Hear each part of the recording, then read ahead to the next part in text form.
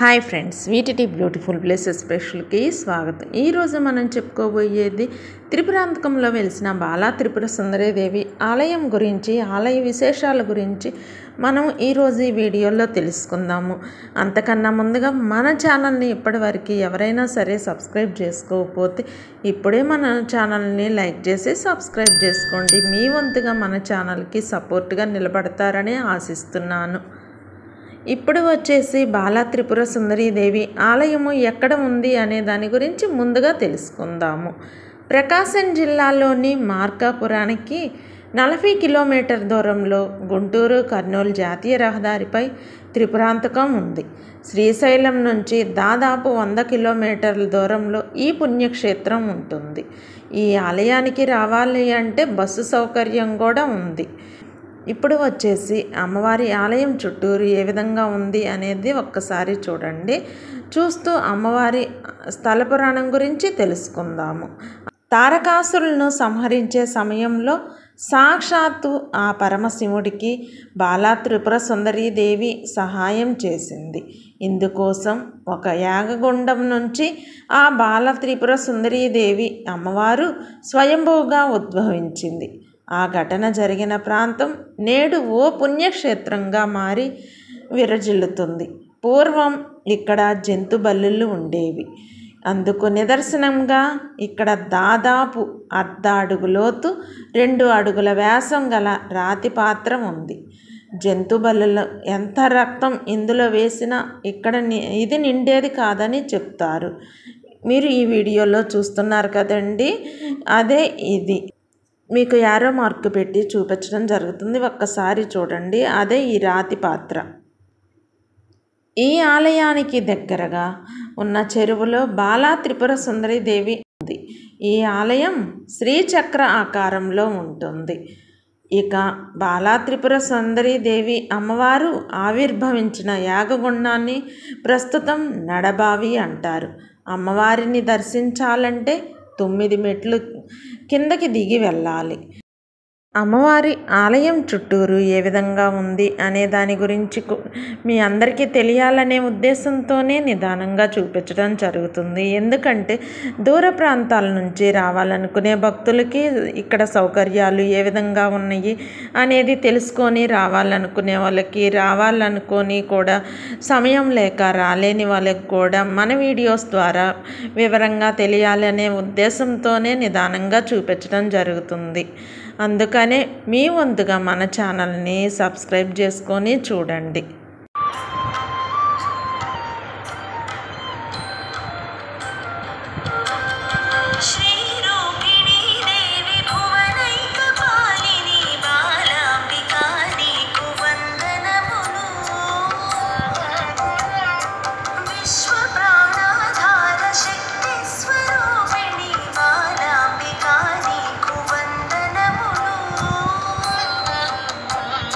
श्रित पारिजात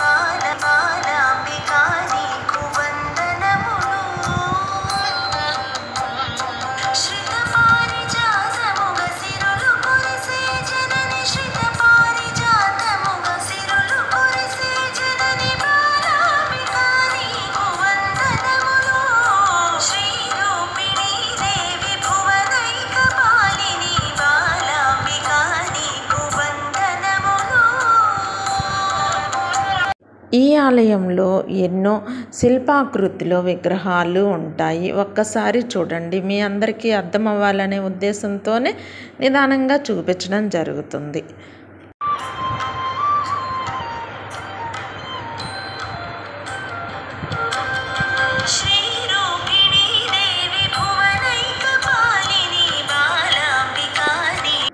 అమ్మవారి ఆలయంలో చిన్మస్తాన్దేవి అమ్మవారు ఉంటారు.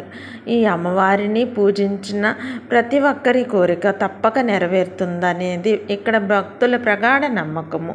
అంతేకాకుండా చిన్మస్తాన్దేవి అమ్మవారికి ఇక్కడ విశేషమైన పూజలు జరుగుతూ ఉంటాయి.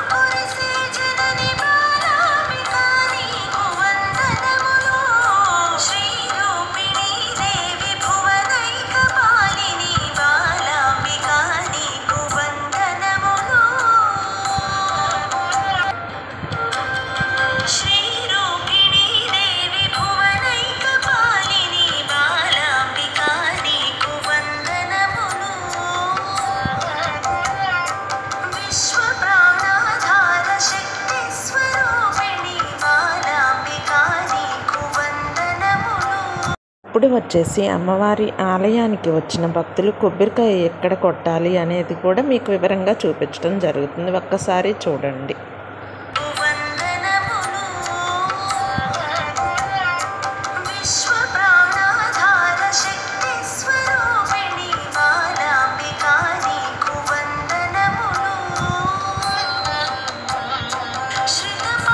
అమ్మవారి ఆలయంలో విశేష ధర్మములు ఏ విధంగా ఉంటాయో ఒక్కసారి చూడండి.